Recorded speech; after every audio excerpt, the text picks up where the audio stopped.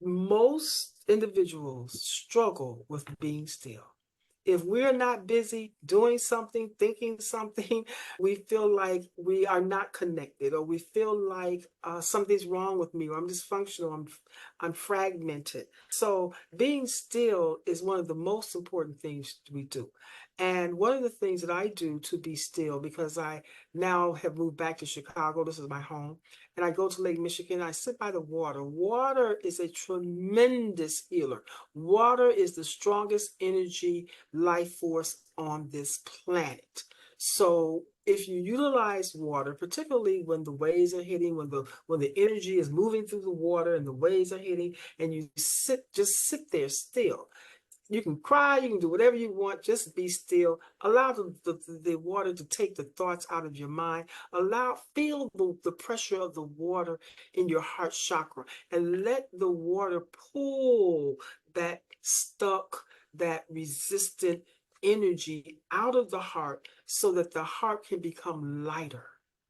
If on days like that, I would sit there probably about 2 hours. And by the time I leave the water after 2 hours, I am so clear. My heart is so light, is no longer heavy from the external influences and consumption that I have eaten from the world. So I'm no longer feeling those emotions, but I've allowed myself to cleanse. So when I walk away, now I have to be mindful about what I'm going to put my attention on so that I can move towards the intentions that I'm trying to create or manifest in my life for my highest good.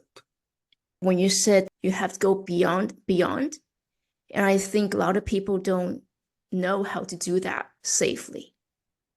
It's trust. In order to go beyond your understanding, you have to first create trust within yourself. Do you trust your life?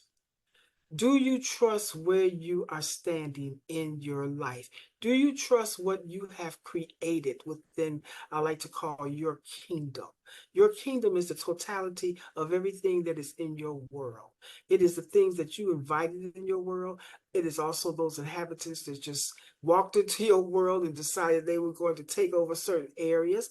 And the reason that happens is because we have low self-esteem and we're looking to others outside of ourselves to help us to direct and navigate ourselves.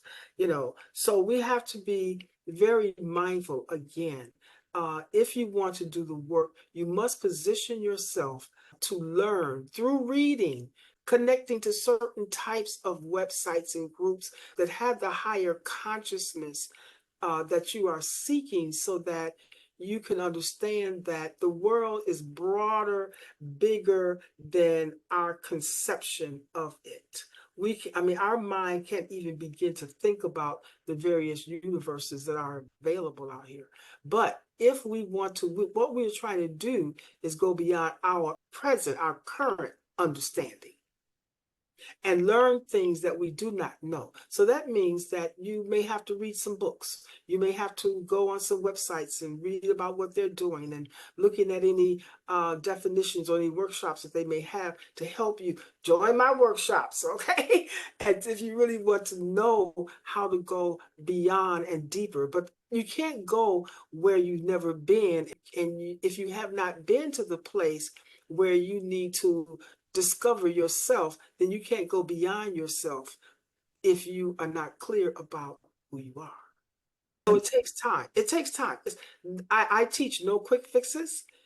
It takes time. Yeah. It took time for us to get in it. It takes time for us to get out of it. But the question is, what are you doing? Where is your attention? What are you doing within that time frame to correct those things that you previously done that was not serving you? We're living in information overload era. I think people sometimes get overwhelmed by all this information. Sometimes it's misinformation. How can somebody safely open up themselves to information they don't know if it's true or not?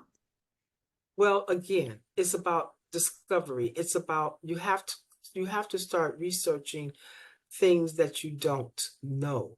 I'm a great resource. I mean, find your resources of people who know more than you do. You know, we've been taught that, you know, connect with people that know more than you do. So, and connect with people who are observers, who pay attention.